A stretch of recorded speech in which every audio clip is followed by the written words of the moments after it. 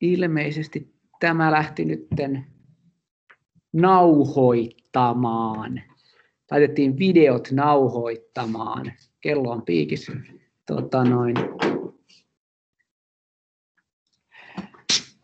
Tervetuloa kaikki Lakeus-Devaus 10/22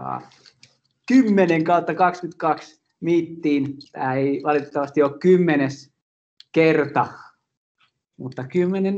kuulla. Ja tänään tosiaan Pasi Kokko River IT:stä. Onko se kirjoitettu väärin? Onko se just oikein. Okei. Joo, niin puhuu RPAsta ja sitten Jussi Rasku puhuu vähän introa AI-kautta MR-asioista. Ei mulla muuta. Niin, no sen verran, että Happy or Not tarjoaa tämän tilan ja River IT eväät. Joo. Ei muuta kuin tervetuloa ja ole hyvä, Pasi. Kiitos. Katsotaan kuinka niitä parhaiten saadaan onnistumaan. Laitoinko tuolla? Pitäisi olla kaikki niin kuin presenttereitä ymmärtääkseni. Jos mä lopetan oman jakoni. Joo, se meneekin automatikin.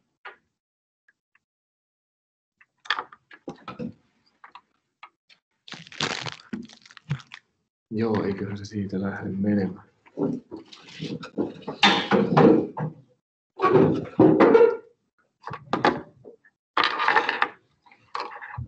Joo, tosiaan tämä ohjelmiston robotiikka, eli Robotic Process Automation, on nyt tämän päivän aiheena mun osalta. No, River IT:ltä firma on perustettu 2018. Me tehdään ohjelmistorobotiikkaa ja räätälöityjä sovelluksia ja erimoisia integraatioita. Meillä on nyt tässä Framilla toimisto ja tällä hetkellä meitä on neljä ammattilaista siellä hommissa.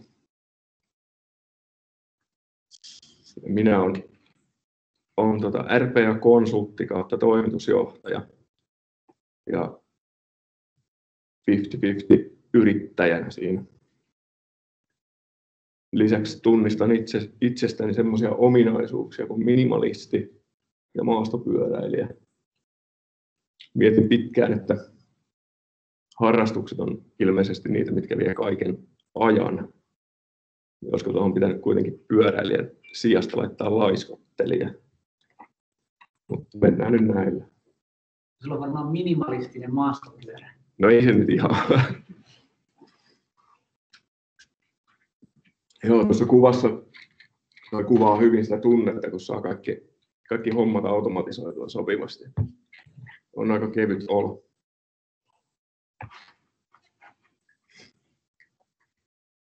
Ohjelmiston robotiikka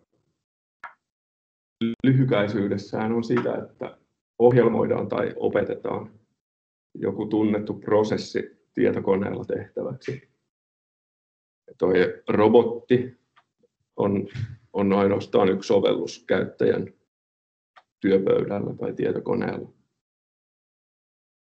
Ja se tekee sen opetetun prosessin mukaisesti ihan samalla tavalla niin kuin ihminen näppäilisi näppäimistöä, hiirellä klikkailee nappeja.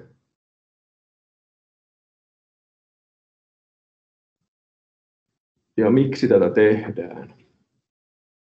No ensinnäkin se on huomattavasti nopeampi tekemään kuin ihminen. Ja robottia ei yleensä kukaan tule keskeyttämään ja pyytää kahville.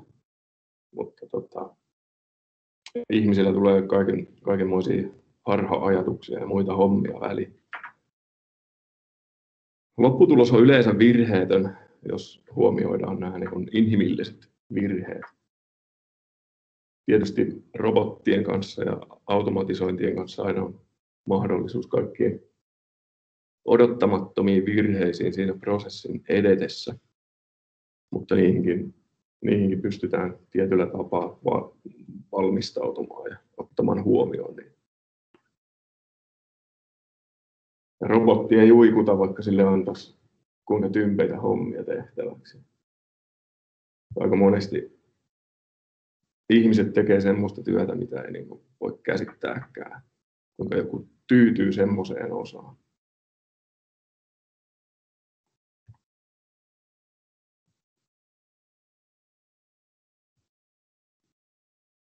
Ja että tuo Urpo talouspäällikkökin olisi tyytyväinen, niin käytännössä tuo robotiikka ja automatisointi parantaa mittareita monella eri tavalla. Käsittelyajat lyhenee, asiakastyytyväisyyttä voidaan parantaa nopeammilla käsittelyajoilla, laatu paranee, tuottavuus työntekijöiden osalta nousee ja myös työntekijöiden tyytyväisyys paranee.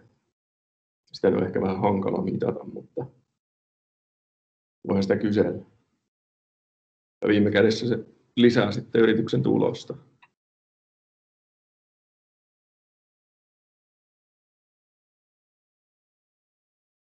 Ja miten se nyt käytännössä sitten tehdään?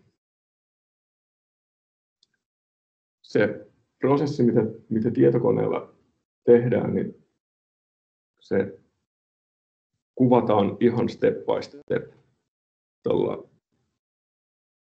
tuolla robotin ohjelmointityökalulla. Ja siellä myös sitten huomioidaan ne kaikki poikkeukset ja kaikki ratkaisut, mitä tuon robotin täytyy tehdä. Ja sitten kun tuo prosessi on opetettu, saatu valmiiksi, niin sitten se julkaistaan semmoisena valmiina pakettina, mitä robotti pystyy sitten toistamaan aina tarpeen mukaan. Vaikka se käyttää tuota käyttöliittymää niin kuin ihminen käyttäisi, niin se ei silti liikuttele hiirtä ja hakkaa näppäimistöä. Et se toimii siellä niin kuin käyttöliittymän takana käyttämällä niitä sovelluksen käyttöliittymän tunnisteita. Ja ihminen pystyy siinä samalla käyttämään hiirtä ja näppäimistöä omiin hommiinsa.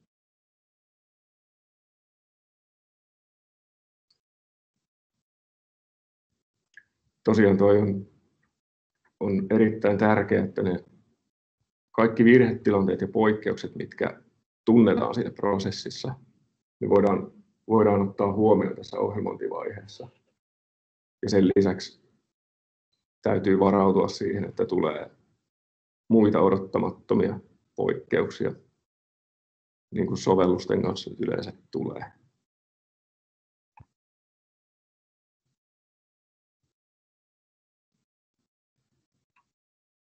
Aika hitaasti päivittyy nämä sivut.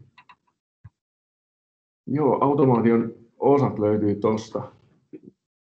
Tämä on nyt meidän käyttämän UiPath-sovelluksen versio. Luultavasti muilla alustoilla on hyvin samankaltainen ideologia. Kaiken ydin on tuo prosessi, mikä on yksittäinen tehtävä alusta loppuun asti, mikä on opetettu robotille. Ja niitä prosesseja nyt voi olla sitten yrityksessä yhdestä n-kappaletta, tyypillisesti 10 puhutaan. Ja se, mikä ajaa sitä prosessia, on sitten robotti. Ja UiPathilla on 2 eri tyyliä tai tyyppiä noissa. Voi olla tuommoinen avustava robotti, mikä on käyttäjäkohtainen, ja se on siinä käyttäjän kanssa samassa Windows-prosessissa tai sessiossa käynnissä. Ja se ajaa aina yhtä prosessia kerrallaan, ja käyttäjä valitsee, mitä ajetaan, milloin ajetaan. Ja on aina siinä vastuussa ja vahtivuorossa myös samalla. Taustarobotti on sitten se toinen vaihtoehto, mikä yleensä toimii serverillä tai virtuaalikoneessa. Se ei tarvitse näyttöäkään ollenkaan toimijakseen. Ja yhdellä serverillä voi olla useita robotteja yhtä aikaa, ja sen lisäksi jokainen robotti voi ajaa useita prosesseja yhtä aikaa. Niin saadaan aika hyvin otettu sen serverin tehot käyttöön.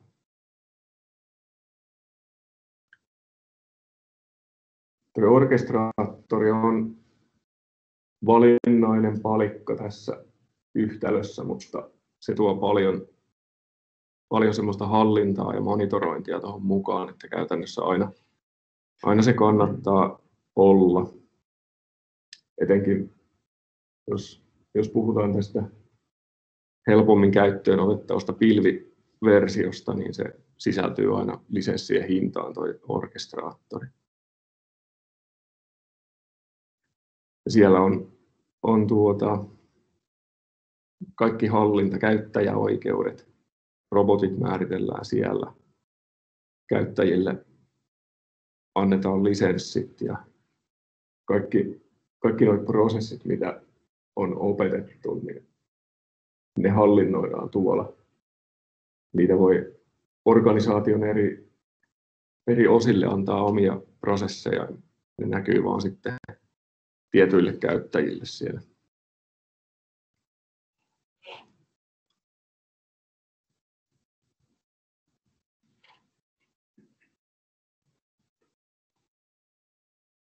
Näköjään tässä tuli vähän tarkemmin vielä tuosta avustavasta ja taustarobotista kertomusta.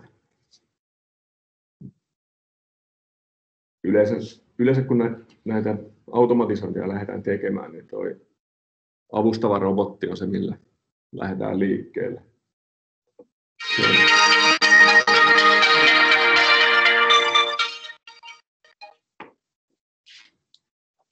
No siinä mielessä mielekäs toi malli, että siinä käyttäjä on vastuussa ja näkee ja tietää koko ajan, mitä tehdään ja mitä tapahtuu. Ja sen lisäksi se prosessi voi olla sellainen, että se tekee osan siitä työstä. Käyttäjä voi sitten hypätä mukaan remmiin ja tehdä jonkun ratkaisun siinä ja sitten robotti jatkaa eteenpäin. Ja joskus, vaikka miten haluaisi automatisoida kaiken, niin jotkut säännöt tai ratkaisut vaan on semmoinen, että ihminen tarvitaan välissä. Taustarobotti, kun se on siellä palvelimella tai virtuaalikoneella, niin se toimii sitten jonkun herätteen perusteella. Yleensä se on ajastus tai joku tiedostokuuntelija tai sähköposti. Ja yleensä nämä taustaprosessit on sitten hyvin autonomisia, että niitä ei mikään pysäytä niin sanotusti samalla tavalla kuin tuossa työpöydällä pyörivät prosessit voi odottaa käyttäjän toimia. Mutta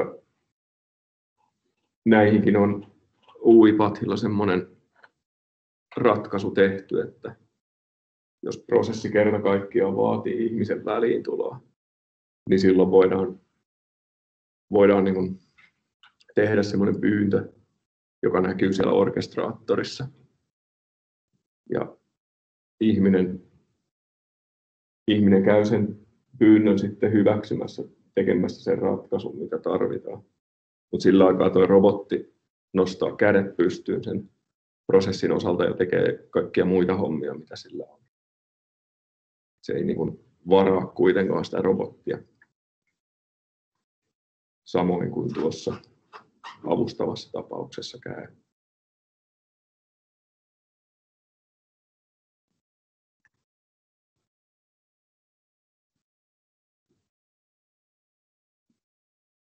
Tässä on tuolta UiPathin nettisivuilta ruutukaappaus niiden tämän hetken tuotevalikoimasta.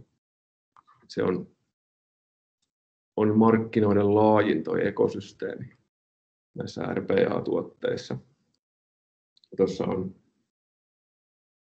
on tuotteita ton koko elinkaaren alusta loppuun saakka.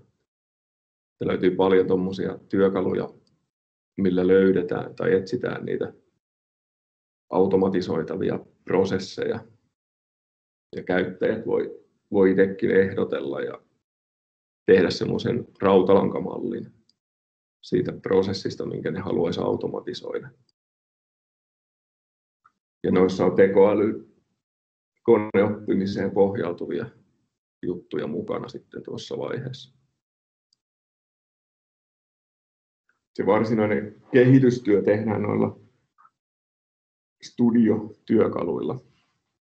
Mä voin näyttää siitä ihan käytännön esimerkkiä, miltä se näyttää. Siinä on palataan siihen on oma slaidi kohta. Document Understanding on myös tuommoinen tekoälyä hyödyntävä palvelu, joka PDF:istä tai kuvista pystyy tonkimaan tiettyjä tietoja esiin. Siellä on nyt tällä hetkellä ainakin jenkkimarkkinoille laskujen ymmärrys, kuittien ymmärrystä ja joitakin muitakin. Suomeenkin on ilmeisesti kuittien käsittelyymmärrys tehty tällä Document Understandingilla. Mä en ole sitä itse kokeillut, että kuinka hyvin se toimii.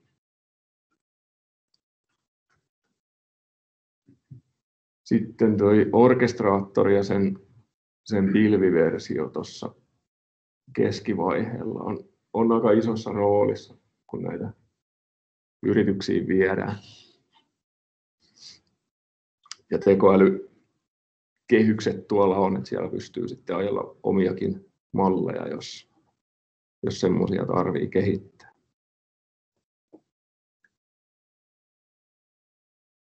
Testata voi tietysti tämän avulla noita omia robotteja, kuin myös sitten ihan kolmannen osapuolen tai itse kehitettyjä sovelluksia, käyttöliittymätestausta tehdä tämän avulla.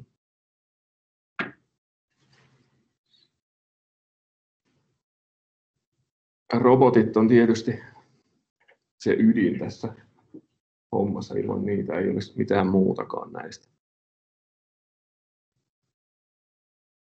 Sitten tuolla loppupäässä on vielä noita monitorointia ja tuo Action Center on siihen ihmisen väliintuloon tarkoitettu työkalu. Chatbottikin löytyy. Tosiaan niin kuin tuossa alussa oli puhetta, niin tämä RPA-maailma on kehittynyt viimeisten vuosien aikana valtavalla vauhdilla ja kehittyy edelleenkin. Tulee UiPathilta pari kertaa vuodessa uusi release, missä on valtavasti aina kaikkea uutta. Ja jatkuvaa oppimista tämä on tämänkin kanssa.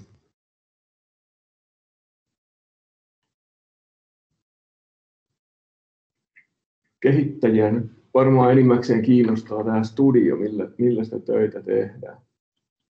Tämä on semmoinen drag and drop työkalu,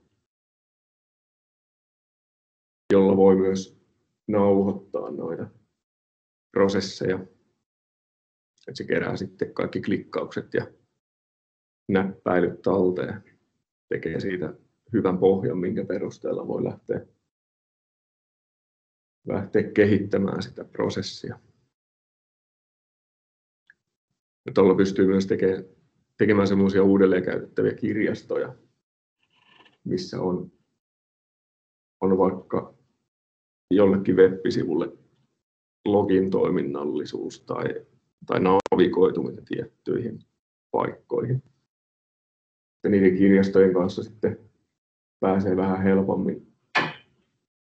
helpommin kehittämään niitä monia eri prosesseja. Debuggaus tietysti onnistuu. Ei ole nyt ehkä ihan niin kiva mitä Visual Studiossa, mutta mahdollista kuitenkin. Jonkinmoinen versiohallintaintegraatio tuohon on myös tehty. Sitten siitä on tehty tuommoinen Studio X-versio vielä, mikä on tarkoitettu tämmöisille business-käyttäjille. Siinä on vähän suppeampi tuki noihin, mitä sillä voidaan tehdä, mutta se on sitten tehty hyvin helpoksi.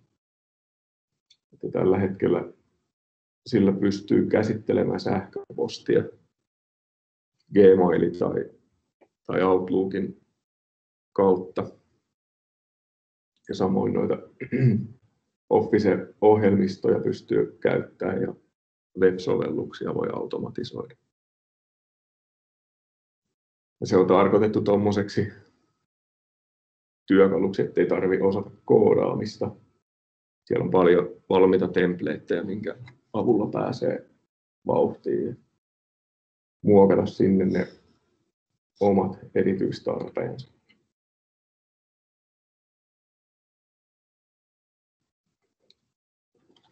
Tuossa Studio Prossa sitten voi myös koodata jotakin kohtaa. Joo, kyllä mä luulen, että tuossa Studio X:ssäkin täytyy, jos sä jotain stringiä haluat pilkkoa vaikka, niin kyllä siinä .NET-koodi on käytettävissä ja perusstringikäsittelyjä voi tehdä. Mutta tuolla Studiolla ja Studio Prolla siellä on semmoisia blokkeja, mihin voi kirjoittaa ihan custom-koodia. Se on siinä käyttöliittymällä pystyy editoimaan sitten. Sitä ei kyllä debuggaamaan asti pääse, mutta kyllä siihen breakpointin saa ennen sitä tapahtumaa.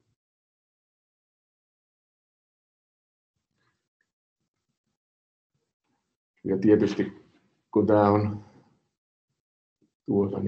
business-käyttäjiäkin mietitty, niin VB.NET on se ykköskieli tässä. Ja nyt on ihan hiljattain tullut tuki tuohon C-Sharpillekin. Se on tuolla Studio Prossa sitten käytettävissä.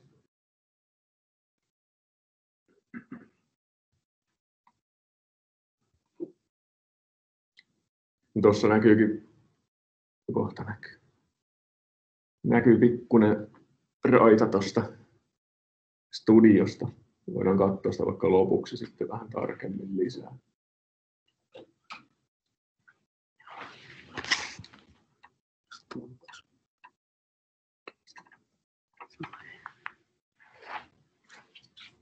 Tuossa nyt ehkä mun mielestä tärkein asia, kun näitä automatisointeja tekee, niin on toi selektori, mikä käytännössä tarkoittaa sitä polkua siihen käyttöliittymäelementtiin ihan sen sovelluksen juuresta alkaen siihen kyseiseen nappiin tai tekstiboksiin. Siellä defaulttina noi on sillai staattisia noi selektorit. Et sieltä kun klikkaa käyttöliittymältä jotain nappia, mihin haluaa toiminnon tehdä, niin se poimii sitten automaattisesti siihen liittyvän koodin, mikä on sillä tavalla uniikki, että se sitten löytyy uudestaan. Mutta aina nuo staattiset selektorit ei ole riittävä työkalu tai se ei ole riittävän monipuolinen. Ja siellä voi käyttää myös muuttujia. Eli jos tiedetään tai halutaan vaikka löytää joku rivi, missä on vaikka mun nimi alussa, niin sitten mä voin muuttujaan laittaa mun nimen ja selektorissa sitten hyödynnetään sitä muuttujaa, jolloin se ajon aikana löytää sen oikean elementin sieltä kaikkien muiden joukosta. Regeksi on myös mahdollista käyttää tässä UiPathissa. Ja samoin jonkinmoinen sumea logiikka on käytössä noiden selektorien kanssa.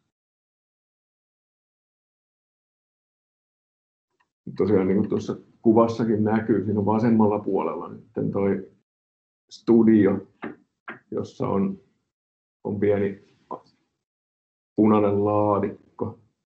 Ja se sama punainen laatikko näkyy tuossa oikealla puolella nyt sitten käyttöliittymällä web-sivulla. Siinä on koko ajan semmoinen yhteys ton sovelluksen ja studion välillä.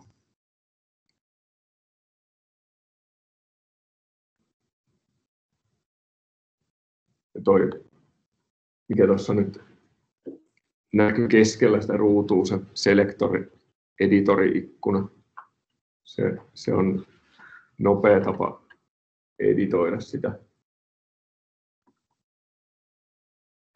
Katsotaan nyt, oliko siellä viesti, mutta uusi viesti. Ei. Joo, eli tässä on tuo default selector editori, millä voidaan poimia käyttöliittymältä tietty komponentti ja muokata sitä tuossa käsin hiukan. Mutta sitten on olemassa tämmöinen UI Explorer-työkalu, mikä on tehty erityisesti tähän selektorin valintaan ja löytämiseksi.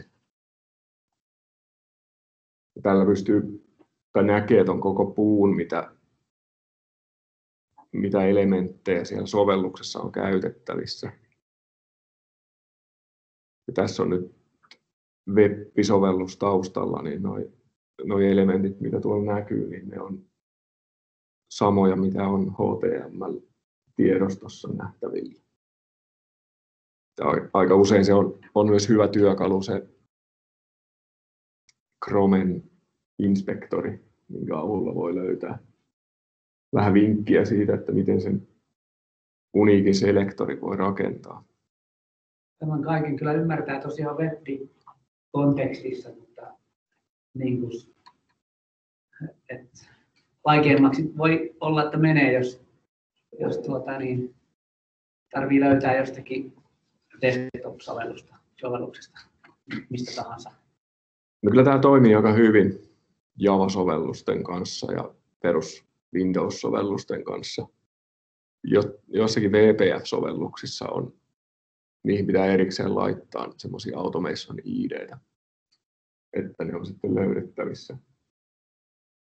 Ja myös Silverlight-sovellukset onnistuu, Citrixin kautta pystyy käyttämään. Sitten jos mikään muu ei auta, niin sitten voi mennä tuolla konenäköön perustuvalla. Tunnistetaan ne elementit siitä kuvasta. Se on kyllä usein se viimeinen oljenkorsi sitten. Jos siihen joutuu mennä, niin voi olla, että se automatisointi menee niin kalliiksi, että ei sitä kannatakaan tehdä. Eikö muka sillä lailla, että koordinaateilla on tietyn kokoinen ruutu ja koordinaateilla tuossa kohtaa on. Joo, tietyissä tilanteissa sekin on ihan toimiva ratkaisu, mutta se ei kauheasti kestä mitään päivityksiä. Kyllä tämäkin tavallaan ainakin web-sovelluksissa voi olla herkkä hajoamaan. On joo. Se on hyvän RPA-koodarin erottaa siitä, että osaa tehdä semmoisen selektorin, mikä on uniikki, mutta kuitenkin pystyy ymmärtämään sen, että minkälaisia muutoksia voi tapahtua siinä web-sivulla. Että niin kauan kuin siellä joku ID tai teksti pysyy samana, niin se kyllä tunnistetaan, vaikka kaikki muu siinä välissä muuttuisi. Ja tässä kuvassa esimerkiksi on nyt boldattuna toi inputti, 7EBJA. Tämä on tuommoisesta RPA Challenge web-sivulta, mikä on tarkoituksella tehty niin ärsyttävästi, että se siellä muuttuu joka kerta noi ID. Että tämä staattinen selektori, mikä tässä kuvassa nyt näkyy, niin tämä toimii just sen kerran, kun sä oot kehittämässä tätä robottia, mutta sitten kun se ajetaan uudemman kerran, niin sitten se ei enää toimikaan. Joka tapauksessa voisi kuvitella, että jos rakentaa jotakin automaatiota jonkun sovelluksen päälle, niin olisi tosi kiva tietää, minkälainen päivityssykli Joo. ja koska niitä releasejä tulee. Joo, se on pääsi myös johonkin testiin. etenkin hankala, jos se on tämmöinen joku SaaS-palvelu, mikä ei ole omissa käsissä ollenkaan. Niin silloin se voi mennä käytännössä ihan milloin vaan rikki. Tällä hyödyntämään jotakin vapaaleja testiaatioita tukemaan. Joo, kyllä tuolla on valmiiksi semmoinen HTTP-blokki, millä voi tehdä kutsun ihan minne vaan. Mutta sitten aika paljon on käyttäjät tehnyt valmiita semmoisia custom-blokkeja, missä on valmiiksi jonkun tietyn palvelun rajapinta. Silloin sekin muuttuu semmoiseksi drag and drop. Kirjoitetaan tekstibokseihin ne käyttäjätunnukset, mitä käytetään. Ne tehty silloin tällä kuuluvaa ja palikalla siinä rajapinnan päälle. Todennäköisesti on Visual Studiota käytetty.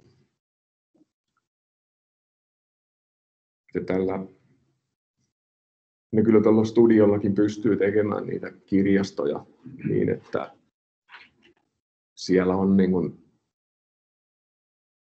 voi kokonaisen tai semmoisen pitkän prosessin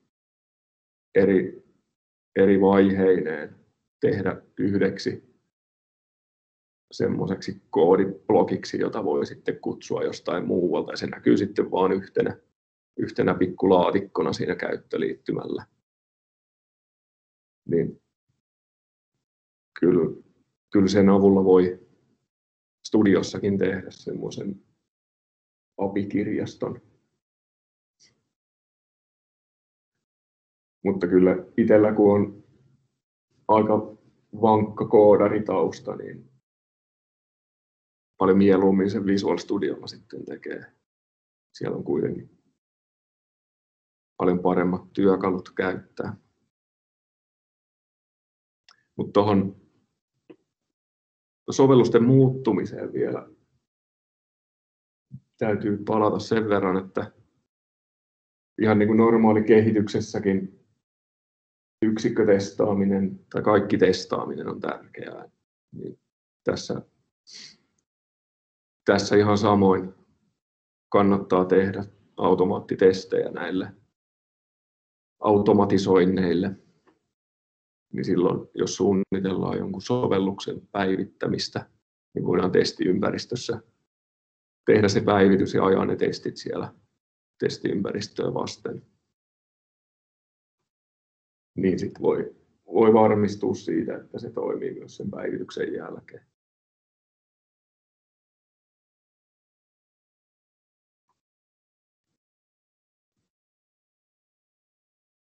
Mut joo, palataanpa vielä tähän ärsyttävään RPA Challengeen, missä se muuttuu aina toi ID. Sillä ei kerta kaikkiaan ole mitään uniikkia säilyvää tunnistetta tuolla inputtiboksilla, mihin pitäisi kirjoittaa. Mutta siinä web-sivulla on kuitenkin labeli sille tekstiboksille ja se säilyy aina samana. Niin silloin tällä voi määritellä semmoisen ankkurin, että etsitään ensin se labeli, missä lukee vaikka username. Ja sitten sen ympärillä ollaan pienemmässä kontekstista, mistä voidaan etsiä se input-boksi. Yleensä sen kautta sitten päästään semmoiseen lopputulokseen, että löytyy se uniikki polku siihen haluttuun laatikkoon.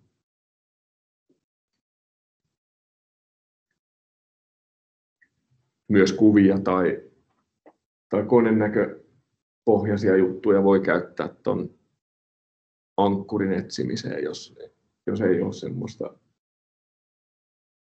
yksittäistä tekstielementtiä, minkä voisi löytää.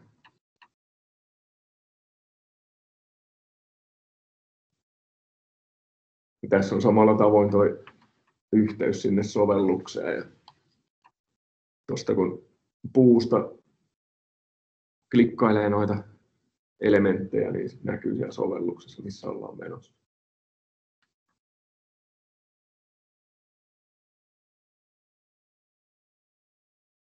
Tuosta Visual Studiosta jo ehdittiinkin vähän puhua. Siellä on mahdollisuus tehdä. Varsinkin aikaisemmin, kun on pakotettu käyttämään VB.NETiä, niin toi C# on ollut mahdollisuus Visual Studion kautta tehdä omia aktivityjä, omia kirjastoja tonne. Siinä on nyt tällä hetkellä .NET 4.6 alustana, minkä päällä tuo robotti ajetaan. Jos ne omat DLL ja tietysti kaikki maailman nuggetit, mitkä tuossa .NET Frameworkissa toimii, niin niitä voi hyödyntää. Tuossa jos on oikein masokisti ja tykkää XAMLilla koodata, niin voi tehdä omia noita käyttöliittymiäkin, mitkä sitten näkyy siellä sen blogin sisällä. Se on hyvä, jos on joku ihan oma tietomalli, mitä haluaa käyttää, ja se ei ole ihan semmoinen 2 stringiä ja 1 intti, vaan vähän monimutkaisempi. Niin sitten omalla käyttöliittymällä sen syöttäminen sinne on vähän helpompaa. Ja .NET-ympäristössä kun ollaan, niin on loogista, että Nuggettia käytetään. Ja nämä custom-koodit menee Nugetti-pakettina sitten tuonne UiPath Studioon käytettäväksi. Samoin kuin ne Studion tekemät valmiit prosessit on myös Nugetti-paketteja. Ne aukeaa ihan sillä Nuget Explorerilla. Niitä pystyy sillä stalkkaamaan, mitä se on syönyt.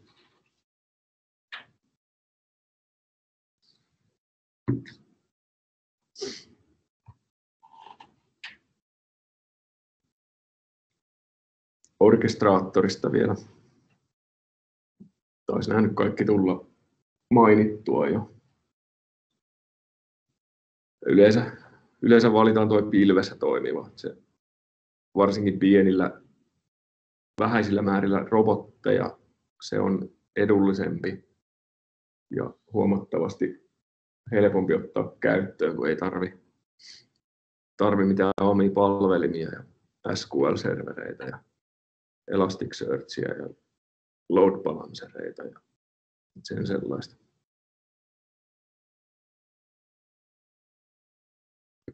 Kaiken ton hallinnan lisäksi, mitä siellä on, niin siellä on tosiaan tuo tehtävälista ihmisille, jos robotti haluaa jonkun ratkaisun saada itsellensä ihmisen välityksellä.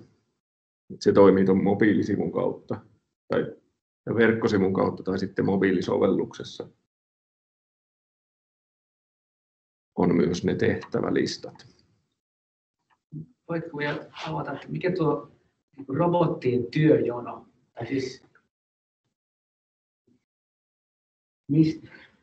ylipäätänsä kysymys on vielä tuo, että näiden prosessien niin kuin heräte. Joo, no toi työjono on yksi erittäin hyvä herätä siihen. Se Sitä voisi verrata ehkä johonkin message queue, mitä ohjelmoinnissa paljon käytetään. Eli joku voi työntää sinne tavaraa. Sitten on konsumeriprosesseja, jotka kuuntelee sitä jonoa. Ja aina kun sinne jonoon tulee joku uusi itemi, niin sitten se robotti herää sitä tekemään. Tai oikeastaan niin päin, että tämä orkestraattori herättää sen robotin tekemään sitä. Pystyykö hallittamaan sitten tehtävillä voi olla tietty järjestys, jos ne on erikseen tehtävää, pitää sen prosessin, liiketoimintaprosessin tehtäväjärjestyksen, mitä yksittäisiä tehtäviä mitä pitää tehdä. Tämä pitää olla valmis ennen kuin nuo seuraavat tehtävät voi auttaa. Vai pitääkö se hallita itse sillä, missä järjestyksessä lykkää tavaraa? No, tuossa työjonossa on prioriteetit ja deadlineit, mitä voi hyödyntää tuossa, mutta se ei tietysti ole ihan pommin varma silloin. Sitten on semmoinen mahdollisuus, että tällä voi tehdä semmoisen orchestration-prosessin, joka on vastuussa siitä, että se vie sitä prosessia eteenpäin. Että se on niin semmoinen pitkäkestoinen liiketoimintaprosessi, mihin liittyy sitten lyhyempiä yksittäisiä prosesseja. Ja niiden välillä voi kulua aikaa sitten sekunteja tai tunteja tai päiviäkin. Ja silloin se yksi prosessi, mistä käynnistetään tämä koko homma, niin se aina välillä liipasee niitä muita prosesseja sitten. Ja siinä on eri tapoja, miten voidaan kommunikoida. Voidaan tehdä sinne työjonoon taski ja jäädä odottamaan sitä.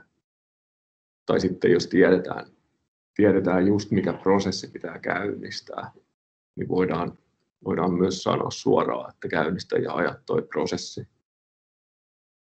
Ja odota kunnes se on päättynyt. Ja toi odottaminen toimii vähän samaan tyyliin kuin .NETissä on toi async await. Eli vaikka tämä pitkäkestoinen prosessi on ikään kuin käynnissä koko ajan, mutta se menee semmoiseen suspend-tilaan välillä. Et silloin, jos on vain yksi robotti, niin se niin kuin perääntyy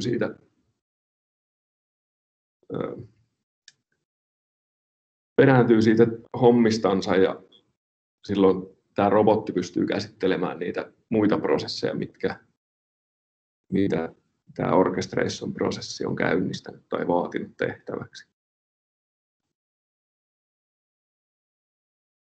Eli se voi pyytää jotain muuta asiaa tehtäväksi ja nostaa sen ajaksi kädet pystyyn ja sitten se saa herätteen taas takaisin, kun on se homma tehty.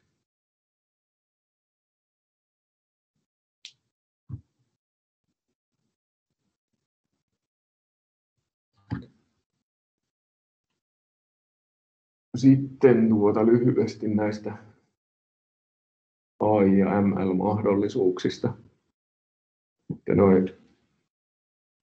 Varsinkin isoissa organisaatioissa, missä käytetään jotakin mammutti-erppiä, missä on valtavasti työntekijöitä hakkaamassa niitä toistuvia komentojansa sinne jatkuvasti.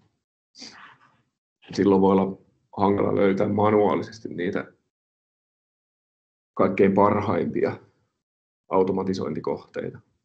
Silloin voidaan käyttää tätä UiPathin Process Mining-työkalua, joka louhii noista logeista semmoisia toistuvia patterneja, minkä perusteella se sitten ehdottaa, että tämmöinen prosessi toistuu teillä näin paljon ja jos se automatisoitaisiin, niin sillä säästäisi näin paljon aikaa. Ja taitaapa se tehdä siihen valmiin rungonkin sitten, mistä lähteä tekemään.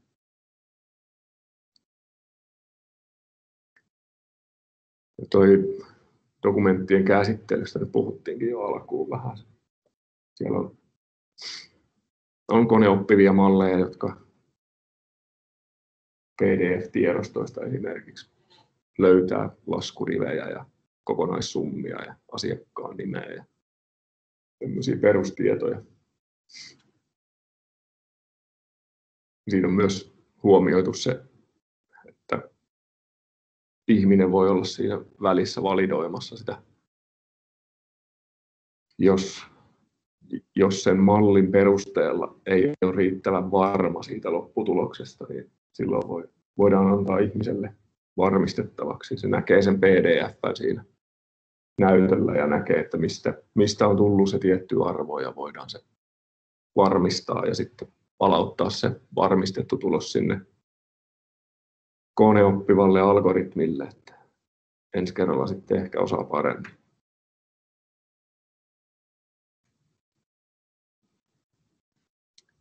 Ja koneen näkö, se on varmaan aika pitkään ollut näissä.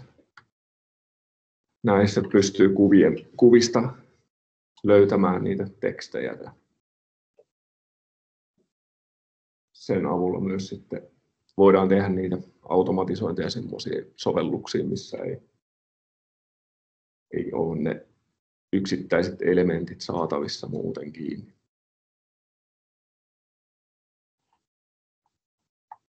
Ja tosiaan pystyy tekemään omia ML-malleja tai käyttämään muiden tekemiä. Tuolla Uipathin, joka on se Connect nykyään se palvelu nimeltä. Siellä on paljon kaikkia kolmannen osapuolen kirjastoja, mitä voi käyttää. Myös muutakin kuin näitä tekoälyyn liittyviä.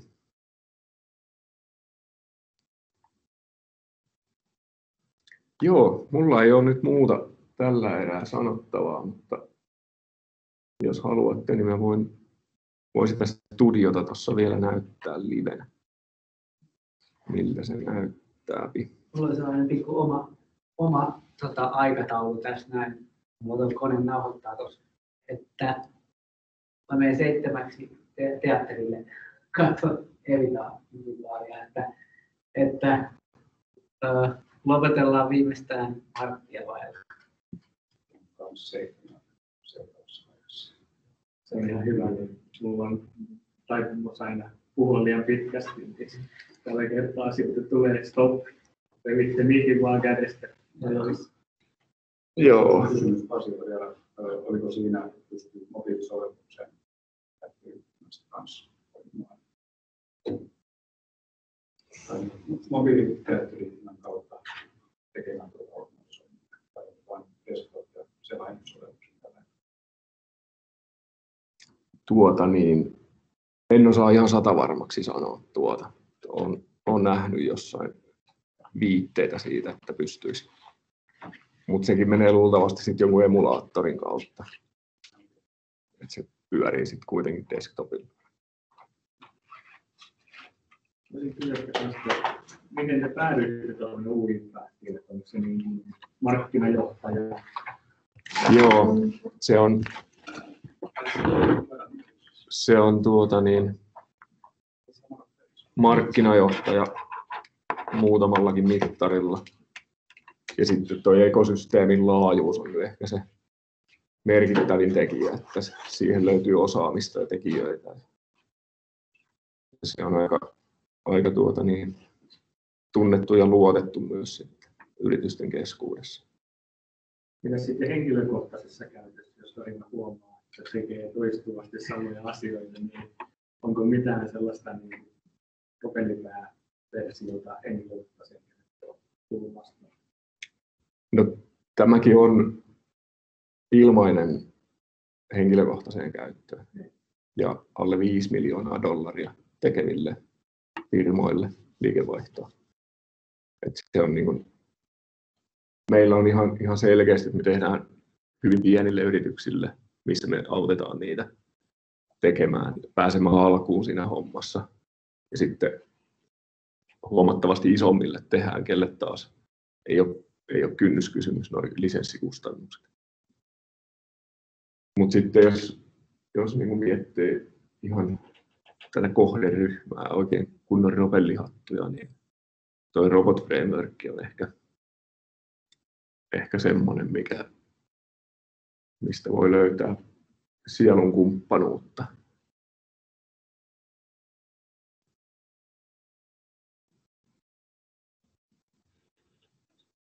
Näytä toki, jos sulla on siinä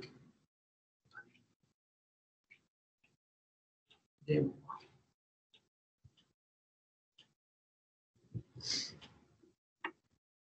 Joo. Näkyy vissiin tosi huonosti tässä tykillä, mutta tämä on nyt periaatteessa sitä automatisoinnin rakentamista. Katsotaan, jos zoomaa vähän isommaksi.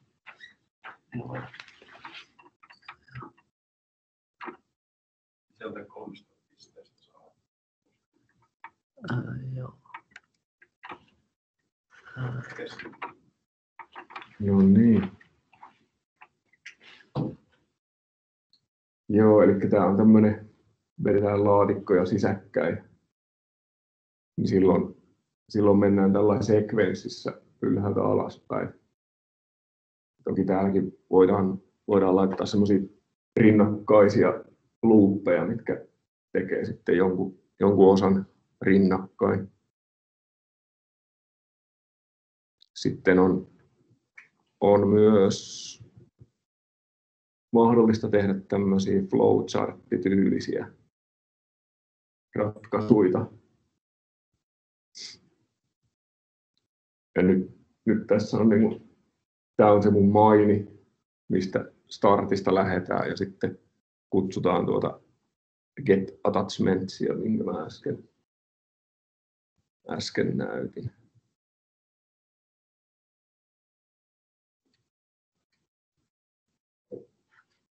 Ja tässä nyt näkyykin mukavalla tavalla sitten tämä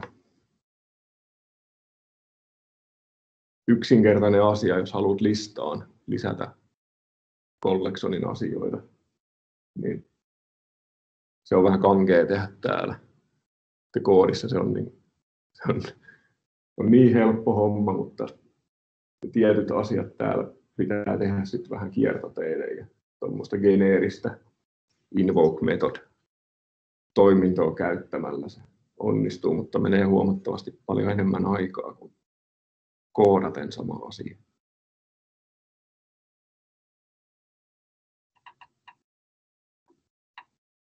Sitten jos ihan demoa, voisin nopeasti näyttää sen.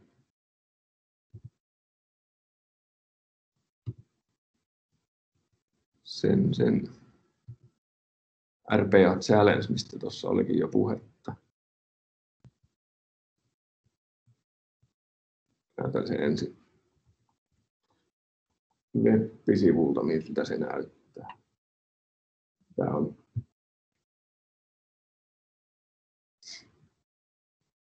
on tämmöinen perusformi, mikä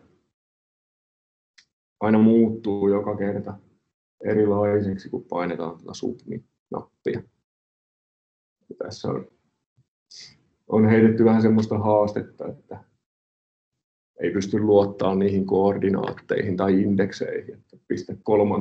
laatikkoon aina toi last name. Ja sen lisäksi tässä on tämmöinen haaste, että täällä on Excel-tiedosto, missä on 10 nimeä ja sitten ne pitää syöttää tuohon.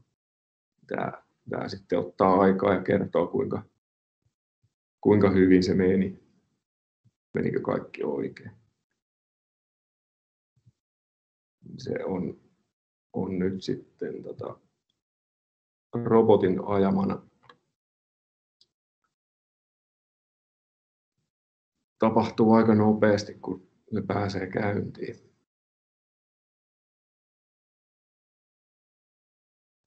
4 sekunnissa meni. Voisi jokainen kuvitella itse, kauan kestää 70 itemiä copypastettaa Excel-tiedostosta ja vielä katsoa, että mihin kohtaan se laitetaan.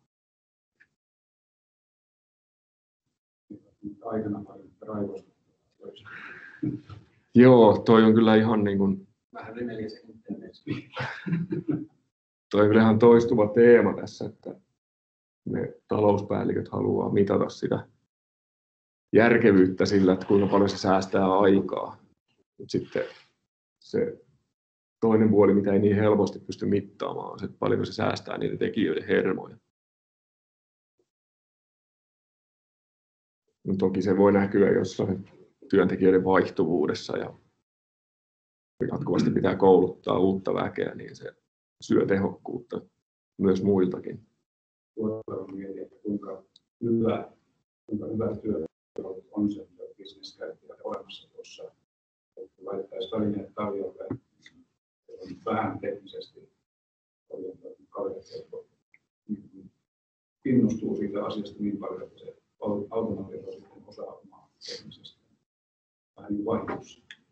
Kyllä se aika hyvä on. Mä en ole itse kyllä sitä Studio X:ää kauheasti käyttänyt, mutta tuolla Studiollakin, mikä on se kehittyneempi versio, niin silläkin pystyy tekemään sen tallennuksen. Pistää tallennus päälle ja sitten lähdet tekemään sitä sun työtä. Niin se tekee siitä niin noi kaikki stepit, mitä siinä matkan varrella on. Ja sen pohjalta sitten sitä voi vähän viilata ja ottaa käyttöön itse omassa työssä. Mutta sitten jos miettii ihan niinku tuota bisnesmaailmaa, niin sillä Studio X:lläkin tehdyt, vaikka se on yksinkertainen, sillä voidaan niinku, yksittäinen hebo voi tehdä itsellensä jonkun nopean automatisoinnin. Mutta sitten kun huomataan, että se on tosi hyvä idea ja halutaan sitä kehittää, niin sen voi viedä sinne Studio Prohon ja tehdä siitä paremman ja kestävämmän, kun on virheen käsittelyt sinne ja tekee niin semmoisen dynaamisen, että sitä voi kaikki muutkin käyttää sen jälkeen. Periaatteessa sulla tuossa Windows-koneella niin kun pyörii tuo UiPath-sovellus, jonka on heitetty jotain automatisointipaketteja ja sitten käynnistit käsin jonkun semmoisen. Tässä on nyt toi kaikki, mitä siitä robotista näkee. Se on tämmöinen lista niitä prosesseja. Yksittäinen rivi tässä listassa on yksittäinen projekti siellä studiossa. Ja no tässä nyt on yksi esimerkki siitä orchestration-prosessista, eli tämä quote orchestration demo on semmoinen, mikä käynnistetään, se hakee sähköpostista tavaraa. Sitten se lähettää niitä tuonne toiselle prosessille prosessoitavaksi, joka on toi extract data. Niin tässäkin, vaikka ne näkyy tässä listassa, niin ne ei ole. Mä en pysty käynnistämään niitä kuitenkaan, tai se ei yksinään tee mitään. Se lähtee aina tuosta yhdestä prosessista liikkeelle ja elää sitten siellä omaa elämäänsä. Ja näitä pystyy, niin kuin tässäkin näkyy tämmöisiä pikku kansiorakenteita, niin voidaan siellä orkestraattorissa jaotella nämä prosessit kansioihin ja antaa niille kansioille käyttöoikeudet eri ihmisille. Vaikka on firmassa yksi instanssi tästä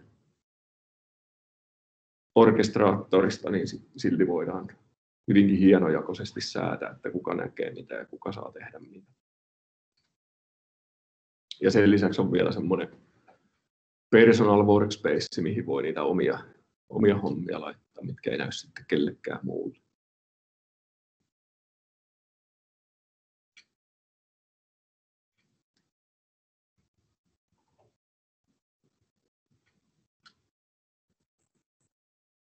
Joo, mä voisin tuosta vielä pistää päälle vähän monimutkaisemman demon, missä käytetään 2 eri sovellusta. Web-sovelluksia molemmat. Tässä on nyt hyvä esimerkki siitä työjonosta, mistä oli aikaisemmin puhetta. Tämä aluksi käy läpi tämmöisen listan, monisivuisen listan eri tehtäviä, mitä löytyy täältä web-sovelluksesta. Tästä se heittää sitten sinne pilveen niitä työtehtäviä, josta sitten voi yksi tai useampi prosessi ruveta tekemään niitä. Ja siinä voi jakaa sitä kuormaa sitten useammalle robotille samanaikaisesti sen jonon kautta.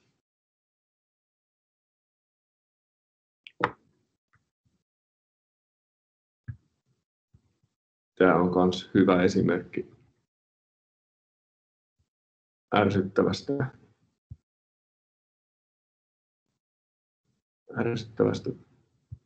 prosessista, mitä ihmiset joutuu tekemään. Vissiin tapoin se toisen selaimen kokonaan. Saako tuon sillä lailla, että se tekee hommansa tuolla taustalla eikä avaa niitä ikkunoita tuohon. Niin kun, että vain jos tulee virhetilanne tai sitten kun se on valmis onnistuneesti, niin lyö sen käyttäjän silmille. No, tässä on mahdollisuus ajaa sillä niin kuin picture in picture -moodissa. Otaanpas. Nyt lopetan tuon. Tuo olisi toipunut ajan kanssa, kun olisi odottanut, niin se olisi käynnistänyt uudestaan ne molemmat selaimet siihen ja jatkanut hommia. Mutta periaatteessa tuo web-sivu pitää aina tuoda esille. Jotakin muita, Exceli esimerkiksi voi käyttää taustalla ilman käyttöliittymää. Ja sitten taas, vaikka se on siinä esillä se web-sivu, niin se ei kuitenkaan varas hiirtä ja näppäimistöä. Jos on 2 näyttöä, niin pystyy tekemään sitten. Oli sitten sellainenkin headlessly pystyisi. Tulee mieleen just se vanha kasvu siitä, että tulevaisuuden tehtaassa on ainoastaan yksi mies ja koira. Ja koirakin vain sen takia, että se on kuuluttu puheellista miestä, jos yrittää koskea johonkin. Tässä on vähän sama ajatus, että käyttäjä voi pilata hyvin toimivaan robotin sillä, että se lähtee väliin sorkkiin. Joo, se on kyllä ihan totta. Joissakin tapauksissa on pakko tehdä niin, että se hiiri menee aina tietyn napin päälle ja sitten tekee sen klikin. Niin silloin, jos se automatisointi on tehty näin, niin silloin ei missään tapauksessa saa käyttää hiirtä samaan aikaan, koska se ei mene sitten oikeaan kohtaan. Ne on aika harvassa ne kerrat, kun on pakko tehdä sillä lailla. Aina miettii tätä, että kun vähemmän tekniset ihmiset monesti niin kuin puheissaan ilmaisee, että koneella on oma tahto, että kone tekee. Se vaan niin tapahtuu. Itsenäisesti jotain. Tavallaan tuossa on sellainen niin kuin vaara, että kun se kone oikeasti tekee niin itse asioita, niin entistä enemmän pistää se koneen syyksi. Joo. Mut joo, tässä nyt on periaatteessa vähän sitä tausta-ajattelua, että tämä on toinen Windows-sessio nyt näkyy tuossa pikkuruudussa. Mutta se pitää nyt erikseen täältä sanoa, että käynnistä se tuolla pipissä. Niin silloin se pyörii tuolla omassa ikkunassa ja sen luultavasti voi tuosta pistää pieneksi.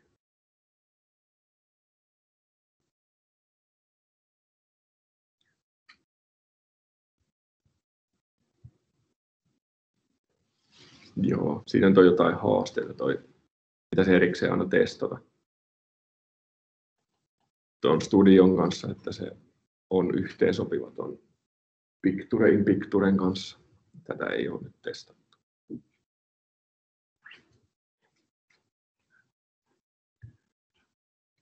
Joo.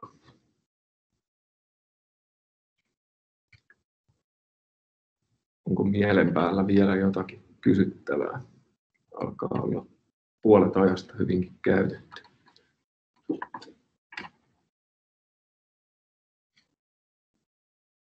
Jees, mä kiitän kuuntelijoita ja tästä mahdollisuudesta.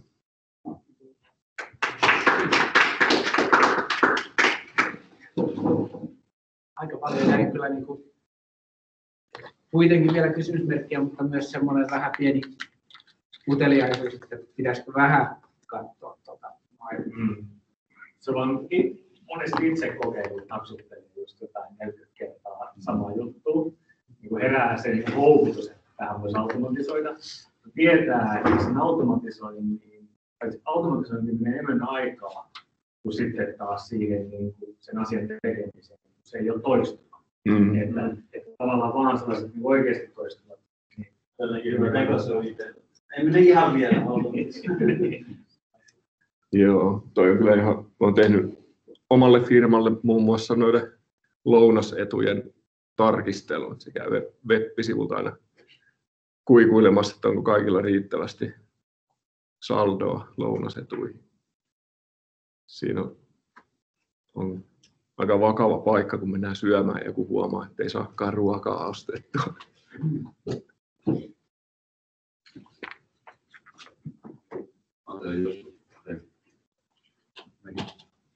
Vanhassa työpaikassa, kun se oli ihan lupa-aikaakin, niin sitten sellainen ihan vaan se oli näin, silloin kun oli vielä video sinne tein.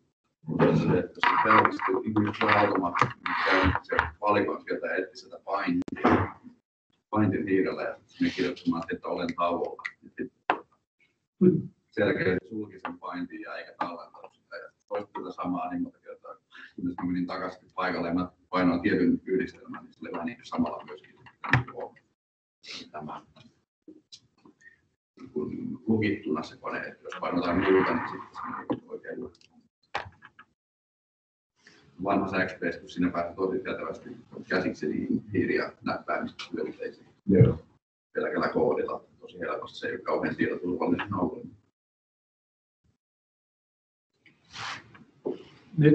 Nyt kuule Jussi, niin saat 30. Mä puhun vaan osaa, mutta mä en kuitenkaan kaikkea ehdi.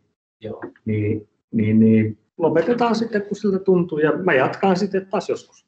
Hei, pitäisikö mulla laittaa mikrofoni niin kuin omasta päälle, kuuluskohan se paremmin, kun mä ajattelin seisomaan pinttyneitä tapoja. Jostakin mä vaimennan tästä. Joo, mä pistän täältä.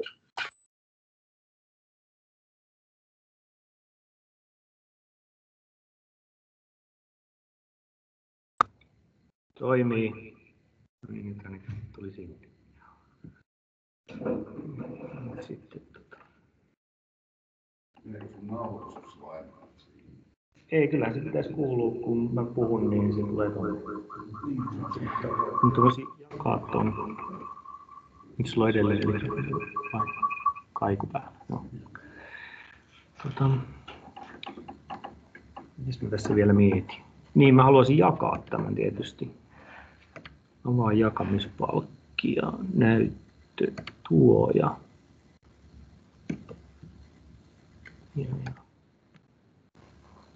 Näkyy tuossa näkyy. Joo. No niin. Eli muuta. Mä päästään nyt kurkkaamaan niiden työkalujen pellin alle, tai sen kaltaisten työkalujen pellin alle, mistä Pasi tuossa äsken puhui. Mikäs tuossa on kuvituksena? Neuroverkko, kyllä. Ja voisi sanoa jopa, että se on syvä. Mä en oikein tiedä, mikä se on se virallinen määritelmä, mutta kai se, että siellä on noita piilokerroksia, niin se riittää jo, että se on jonkinnäköinen syvä verkko. No tosiaan olen Jussi, ja niille, joita en ole vielä tavannut. Mä oon tämän tekoälyaiheen kanssa niin kuin puuhannut vuosien varrella aika paljon. Mä tein jo silloin aikanaan, kun olin vielä ohjelmistoteollisuudessa, niin tein itse asiassa diplomityön konenäköaiheista. Ja tuossa nyt oikeassa yläkulmassa on tällainen visuaalisen virheen automaattinen tunnistaminen. Siihen liittyen tein myös RPAta, vaikka sitä ei silloin sillä nimellä vielä kutsuttu. Siellä oli yksi teollisuuskanneri, jossa ei ollut minkäännäköistä rajapintaa. Ja ne halusi automatisoida sellaisia niin kuin isot skannauspätsit. Sinne lato niin kuin ison erän kuvia sellaisiin kehyksiin, ja sitten ne kehykset mekaanisesti siirrettiin siihen niin kuin isolle skannerille, ja sitten skannattiin ja vietiin niin kuin seuraavaan. Ne piti niin kuin automaattisesti rajata siitä ne kaikki kuvat. Ja kun ei ollut mitään rajapintaa ja se putosi mun pöydälle siellä firmassa, missä olin silloin töissä, mä tein sellaisen, että se otti suoraan Windowsin kuvaruutukaappauksen ja siitä niin kuin lohkone ja lähetti ihan Windowsin käskyillä niitä, että käy naksauttaa niin kuin hiiren naksautus tuohon kulmaan ja sitten tuohon kulmaan ja sitten paina skannaamaan. Ihan niin kuin samaa, mutta ihan silloin koodilla. Olisi varmaan tuollainen työkalu nopeuttanut sitä aika hurjasti. Niin, joskus näin. Tosiaan se oli koneen näköhommaa. Mä niitä seurailin aika pitkään myös sen jälkeen, kun lopetin työt siellä firmassa. Ja sitten mä löysin itseni tekemässä väitöskirjaa Jyväskylän yliopistolta. Ja sellainen tutkimusryhmä, joka teki kuljetusten optimointiin. Eli kuuluu tuonne operaatiotutkimuksen alaan. Ja kirjoitin silloin sitten, että piti valita sitä tutkimusaihetta, niin tutkimussuunnitelmaa kirjoittaessa mä tietysti, kun mulla oli kädessä vasara, niin mä näin vain nauloja. Niin sitten mä päätin yhdistää niin kuin kuljetusten optimointiin ja tekoäly. Ja erityisesti, että miten tekoälyn avulla voidaan helpottaa tällaisen kuljetusten optimointityökalujen käyttöönottoa. Ja se on se, mitä tämä kirja käsittelee. Muuten kirjan ihan sillä, että mulla on näitä vielä painosta jäljellä. Jos joku nyt tuntee niin kuin palavaa kiinnostusta, että mitä kuljetusten optimointi on, niin tästä saa se, joka eniten on kiinnostunut, niin on mukaan. Ja tietysti on hirveästi tehnyt erilaisia konenäköön ja tekoälyyn liittyviä sivuprojekteja tässä vuosien varrella. Mä olen tässä Seinäjoella toiminut pitkään Seinäjoen pelikehittäjien puheenjohtajana ja peleissä on samalla tavalla lyhyen polun laskentaa ja pelitekoälyä ja tämän tyyppisiä aiheita. Erityisesti on ollut kiinnostunut tällaisesta ohjelmallisesta sisällön tuottamisesta, eli miten tekoäly voi tuoda peliin niin kuin lisää sisältöä. Näin niin kuin yhteenvetona jotain asiasta tiedän. Toivottavasti pystyisin tässä teille uskottavasti perustelemaan. Ennen kuin sukelletaan syvemmälle tämän aiheeseen, niin lyhyt johdanto tähän johdantoon. Että mistä mä puhun, kun mä puhun niin kuin tekoälystä ja mistä koneoppimisesta.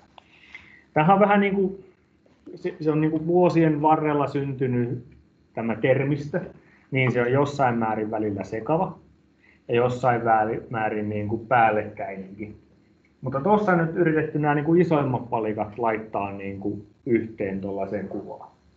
Eli kun puhutaan tekoälystä ja koneoppimisesta, niin koneoppiminen on tavallaan vain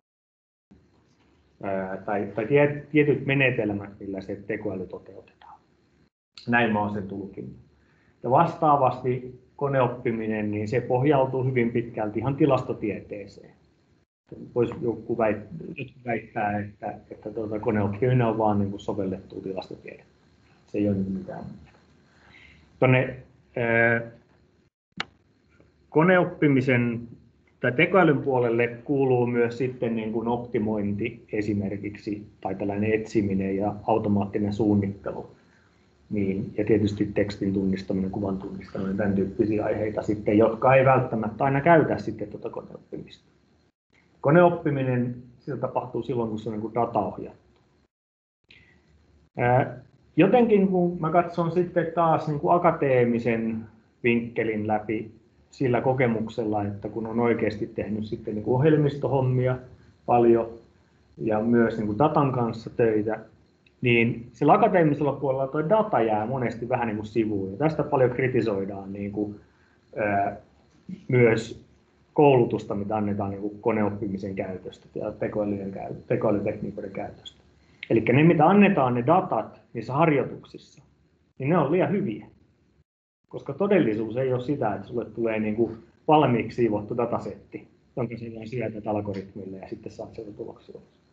Vaan tosimaailmassa kaikki data on ihan niin kuin paskaa, suoraan sanottuna. Siis aina, en ole vielä niin kuin törmännyt sellaiseen oikeaan datasettiin, minkä joku olisi kerännyt, joka olisi silleen käyttökelpoinen heti.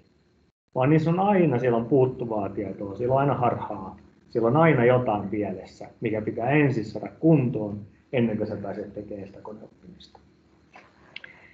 Ja sen takia on vuosien varrella ja vuosikymmenien ajan on keksitty uusia nimiä sille, että kun yhdistetään, huomioidaan myös se dataulottuvuus siinä koneoppimisessa tai tekoälyssä. 80-luvulla puhuttiin expert-systeemeistä, asiantuntijajärjestelmistä. 90-luvulla kaikki puhuivat data miningista. Mikä se on viimeisin termi? Mistä kaikki kohkaa tällä hetkellä?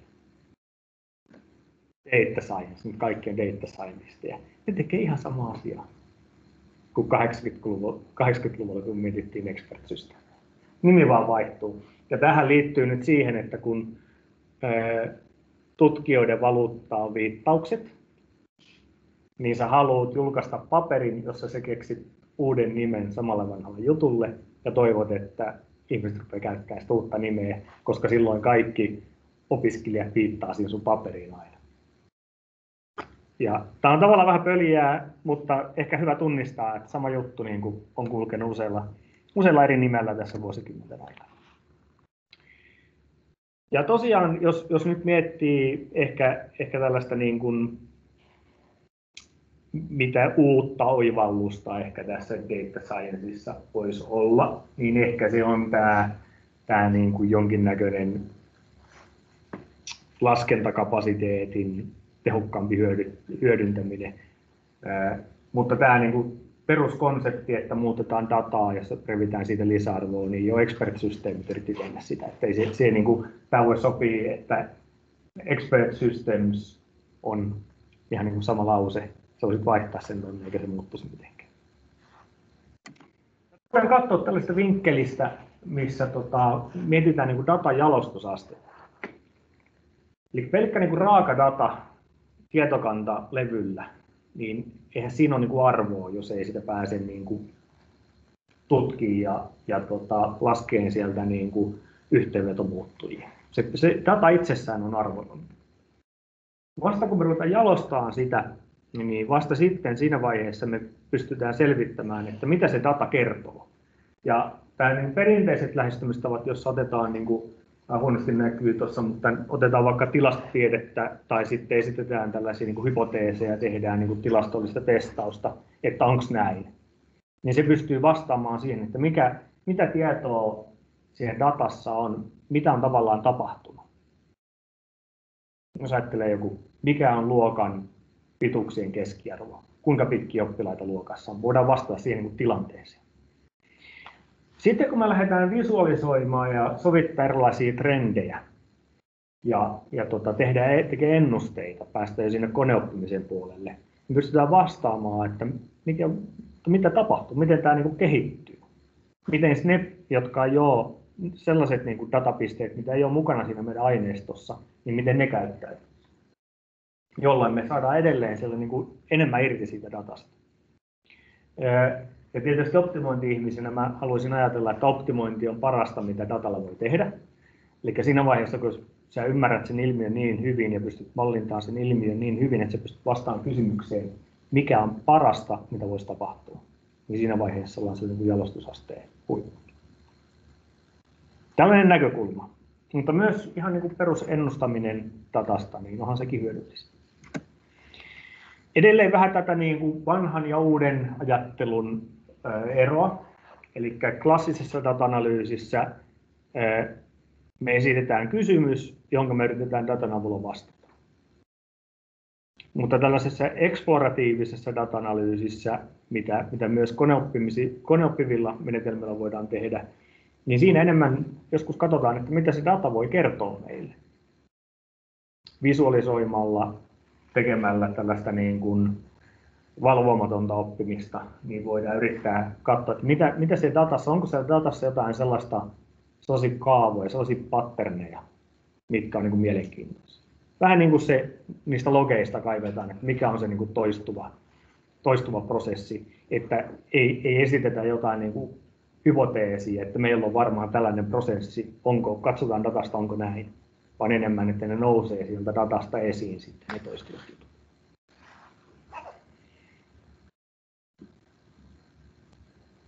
Mutta muutenhan tässä on samantyyppisiä askeleita. Kerätään dataa, siistitään dataa, rakennetaan malleja ja sitten kokeillaan malleja.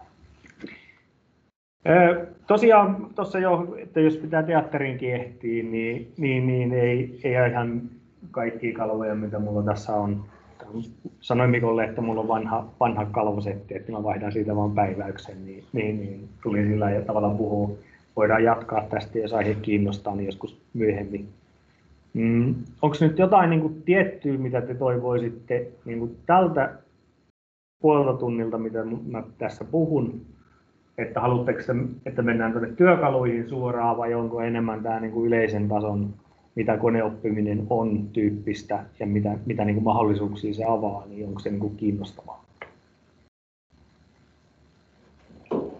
Itse ehdottaisin, että mennään sinne järjestyksessä, kun sä oot nähnyt parhaasti.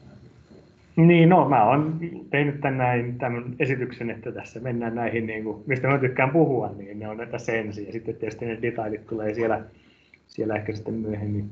Mä vaan mietin tätä, että tavallaan niin kuin te olette voineet nämä jutut lukea ja kuulla jo niin kuin aikaisemminkin. No ehkä se sanotte, että nyt mennään niin kuin liian yleisellä tasolla. Uhka vai mahdollisuus? Vai onko siinä uhassa aina mahdollisuus?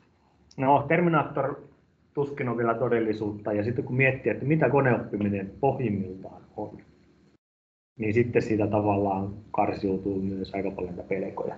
Koska se on. Koneoppiminen on käyrän sovittamista. Se on se, mitä siellä tapahtuu.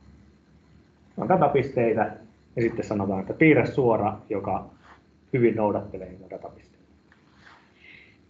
Okei, se ei ole kaksulotteinen, tai että ei ole vain X- ja Y-koordinaatit, vaan niitä voi olla vaikka 100 niin kuin eri ulottuvuutta siinä datassa, jolloin se ei näyttäydykään ihan niin siistinä se suora, vaan se on jonkinnäköinen tosi epämääräinen pinta tosi moniulotteisessa avaruudessa, ja tavallisen pulliaisen tavallaan niin kuin ymmärryskykyhän ei riitä tuollaisiin avaruuksiin. Toiset pystyy niin kuin 4 ulottuvuudessa kuvittelemaan asioita, kun ne oikein reenaa ja hakee niin kuin intuitio siihen, mutta puhutaan 10 100 ulottuvuuksista, niin emme ymmärretä, mitä se tapahtuu. Paitsi kaavojen ja matikan kautta. Esimerkiksi me tiedetään, että kun on tosi korkeaulotteinen avaruus, niin kaikki pisteet siellä avaruudessa on aina lähellä niin kuin sitä pintaa, päätöspintaa. Eli siitä vaikeammaksikin se tehtävä tavallaan muuttuu sitten. Eli tuossa on tällainen joku tosi moni 100-ulotteinen niin päätöspinta, joka on vaan sitten pyritty kuvaamaan se jotenkin kolmiulotteisena objektina. Tietysti tietoa hävitetään, mutta se, että antaa jonkinnäköistä intuitioa taas meille, että mitä se tapahtuu.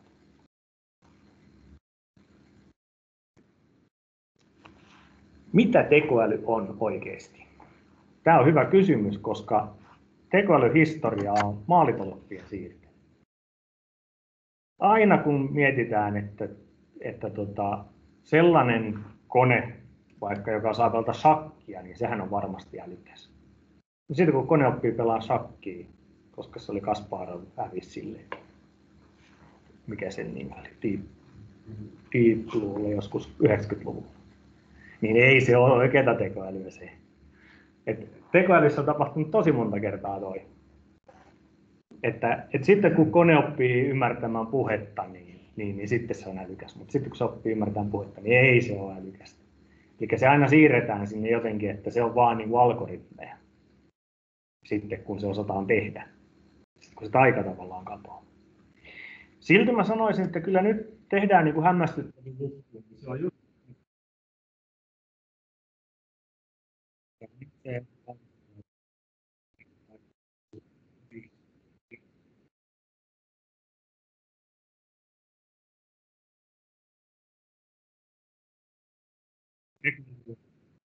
Näin.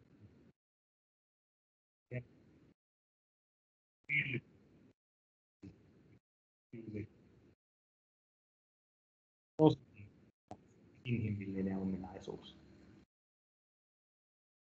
Että tehdä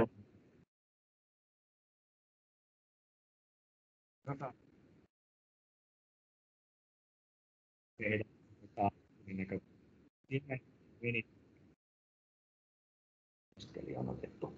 Että live-kuvassa niin tunnistetaan 20 ihmisen asennot reaaliajassa, mikä vielä joku 10-15 vuotta sitten olisi aivan mahdollista.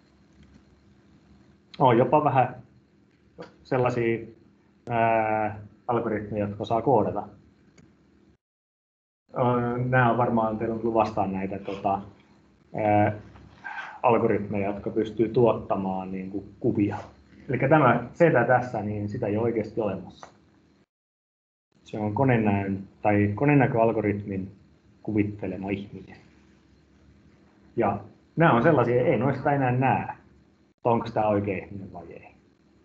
Ehkä taustasta voi arvata tietyt sumeudet, tietty yksityiskohtien puute sillä taustassa voi niin kuin olla sellainen, mistä aavistelee. Mutta tuollainen verkkosivu, this person doesn't exist. Aina kun lataat sivun, niin aina tulee uusi ihminen, jota ei oikeasti olemassa. Tai sieltä tulee omanaan.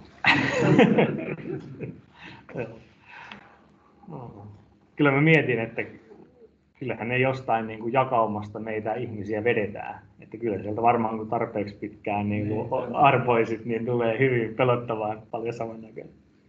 Tästä GPT-3:stahan me viimeksi juteltiin kanssa tapaamisessa. Ja tästä oli tällainen hauska niin kuin artikkelikokoelma, jossa filosofit pohti, että mitä tämä GPT-3-malli tarkoittaa. Ja sitten ne internetin vääräleuvat, niin ne syötti niitä artikkeleita sitten sille GPT-3-mallille.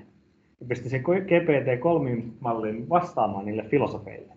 Ja sieltä tuli jäätävän niin kuin, tyyppistä pohdintaa. Eli tämä katkelma tässä on koneenkirjoittava. Ja siinä on sellaista niin kuin, välkähdys ja sellaista niin kuin, syvyyttä, mitä taas ei niin kuin, aikaisemmissa ollut.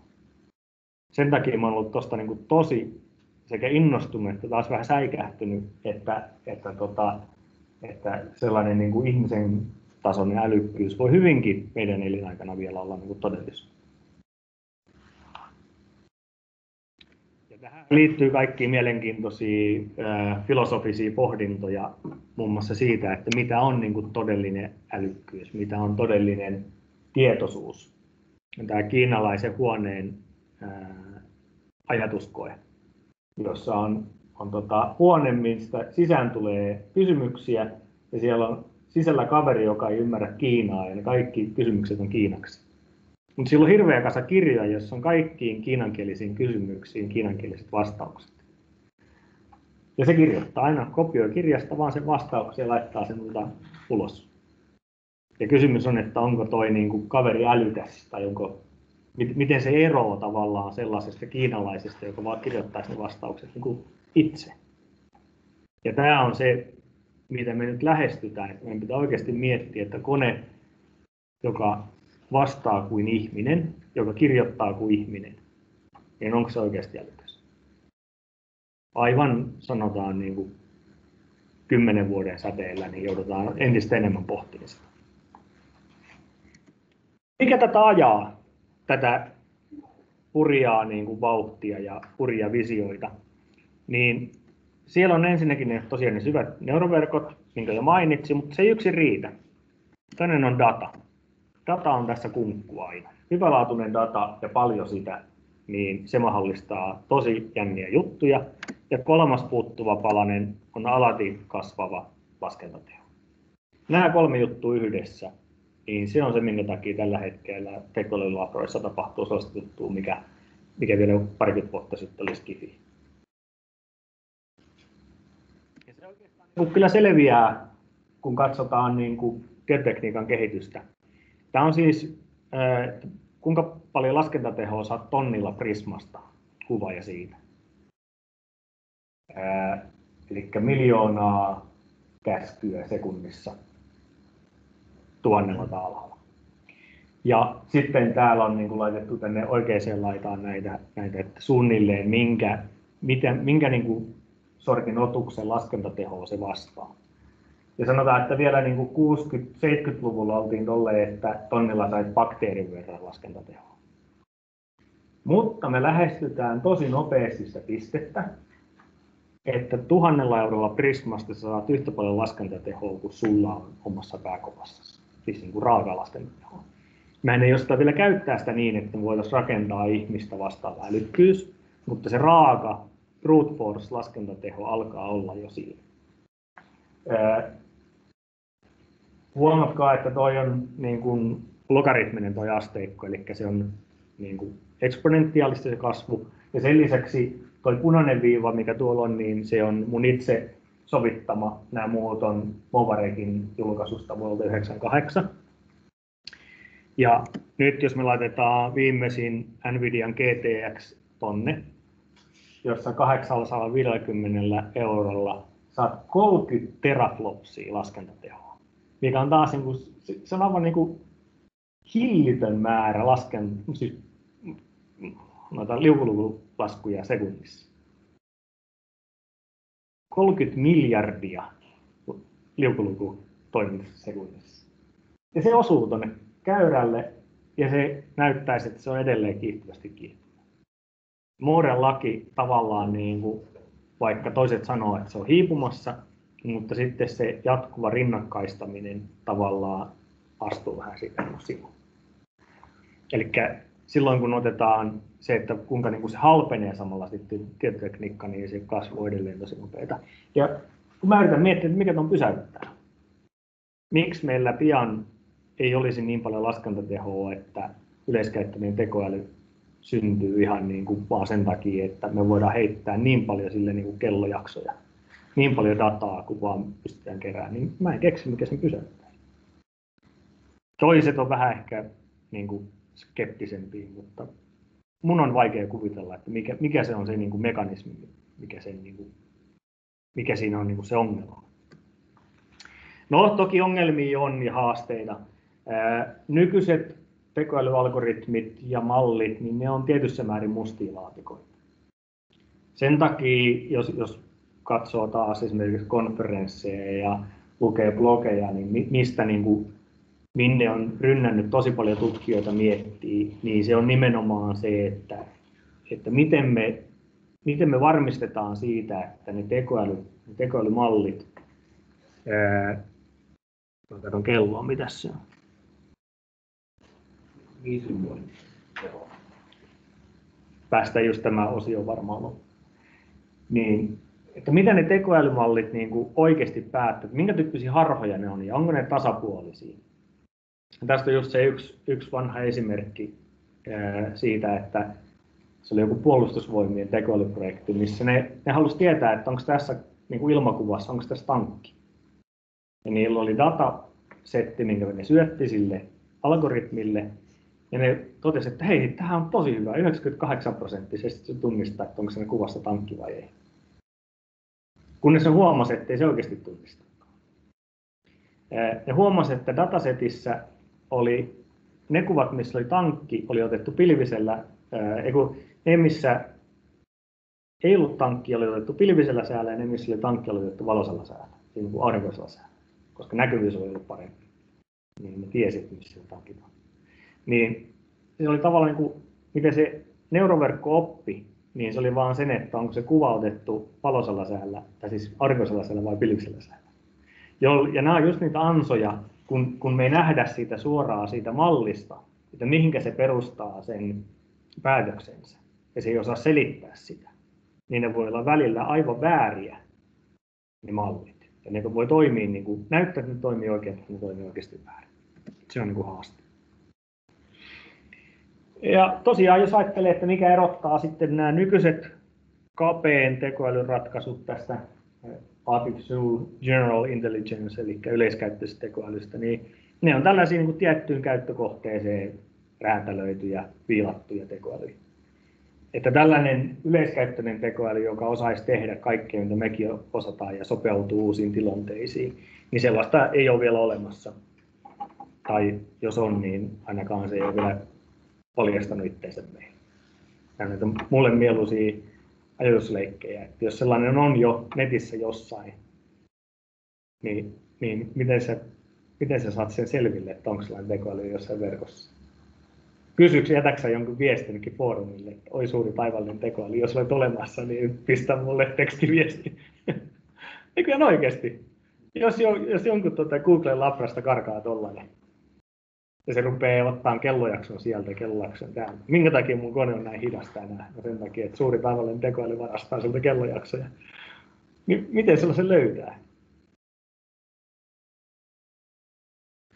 Naurattaa nyt, mutta jos keksitte, niin kertoo. Oli kyllä mun koneella tänään. No. Tässä on hurjaa, minkä takia osa on tosi huolissaan, on sen takia, että jos sellainen yleiskäyttöinen tekoäly karkaa nettiin, niin sitä ei rajoita se, mikä meitä rajoittaa. Eli se, että kuinka paljon meillä on aivosoluja. Vaan mitä se voi tehdä, niin se voi tehdä näin. Otanpas tuosta tuon serverin, tuolta tämän serverin. Se on jatkuvasti, se pystyy kasvattamaan kykenevyyttään ihan vaan liittämällä itseensä uusia osia. Toinen, minkä takia se on tosi jännä, on se, että se on kopioitava. Tekoäly, joka kerran oppii ajaa autoa, niin sitten kaikki tekoälyt osaa ajaa autoa. Eli tekoälyt on oikeasti niin kuin tämä Matrix-klipi. Ei. Helikopteri, Adamu, helikopteri. Se on ja tuossa on tavallaan mistä se on tosi jännää, että kun niitä malleja on julkaisee oppilailla, joka on ilmainen tekoäly. Ja se on, kun sen kerran opettaa, niin kaikki voi sen jälkeen tunnistaa puhetta. Ja sen takia myös on vähän kurjaa, että se on ne internetjätit, jotka tekee sitä state of tutkimusta. Koska eihän ne julkaise niitä malleja. Ne julkaisee ne paperit kyllä, missä kerrotaan, miten ne pystyy tekemään.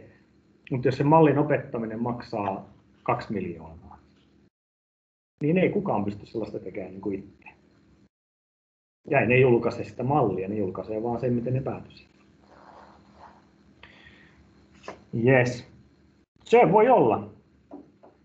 Vuonna 2050, jos muistatte sen, missä oli se käppyrä, että kuinka laskentatehot kehittyy, niin vuonna 2050 Prismasta saa tonnilla yhtä paljon laskentatehoa kuin kaikilla ikinä eläneillä ihmisillä on ollut. Niin kuin se pystyy sitten antamaan kaikille ikinä eläneille ihmisille jonkun tehtävän, että ratkaiskaa nälähtä. Se on niin mieletön määrä laskentatehoa, että tapahtuuko se joku tällainen. Ja ne, jotka on kiinnostuneita kosmologiasta ja miettii näitä Fermin paradoksia ja Great Filtereitä ja näkee niistä painajaisia, niin tuossa on sellainen, että minkä takia kun me katsotaan tähtiä, niin kukaan ei vastaa. No. Menettekö juon ja katsokaa tuosta hyvä video, miksi meitä ei pian tarvita. Lukekaa hyvä kirja, joka yrittää selittää, että kyllä ihminen ja kone yhdessä on parempi kuin kone yksin. Ne on väärässä. Ja sitten toivotaan, että pian HAL ei sano, että hei, älä yritä Olen pahoillani, en pysty tekemään sitä. Mennään näihin detaileihin sitten tuonnempana. Niistäkin mä tykkään puhua, mutta tämä on sellainen mun lempiaihe. Silloin pitää heti laittaa vaikka ensi kuulle tai joulukuulle seuraavaan. Joo. Katsotaan vähän, miten tämä koronatilannekin tässä kehittyy.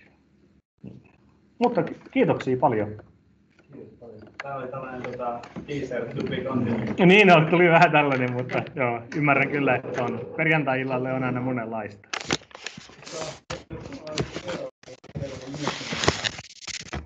Niin.